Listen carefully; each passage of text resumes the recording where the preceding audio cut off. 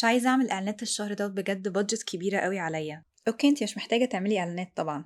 أمال بعمل إيه؟ انت بتعملي كونتنت ولا معتمدة كله على الاعلانات؟ لا أنا على طول بعمل إعلانات أصلا. بصي، الصح ان انت تعملي كونتنت الاول وبعد كده تعملي اعلانات. يعني إيه؟ يعني انت المفروض في الاول ان انت تعملي كونتنت يبني علاقة قوية مع الفئة المستهدفة بتاعتك، وبعد كده تبتدي ان انت تعملي اعلانات. طب أنا إزاي بعمل كده؟ بتعملي كده من حاجة اسمها استراتيجية محتوى. أوكي. دي يا ستي بتكون عبارة عن انت في الاول بتفهمي الفئة المستهدفة بتاعتك مين، وبعد كده بتفهمي ايه هو نوع المحتوى اللي هما بيحبوه، ايه هي الرسائل المحددة اللي انت محتاجة ان انت تبعتيها لهم، فبتعملي لهم محتوى هما يحبوه ويبقوا عايزين ان هما يتفرجوا عليه. فانت هنا عندك ايه؟ انت عندك انستجرام، الحاجة المهمة بالنسبة له ان هو يخلي الشخص اللي قاعد على انستجرام يقعد على انستجرام كتير. فلما بيلاقي ان المحتوى اللي انت عاملاه عاجب ناس معينة، بيطلع لهم المحتوى بتاعك اكتر عشان هم يتفرجوا على انستجرام اكتر. فانت كده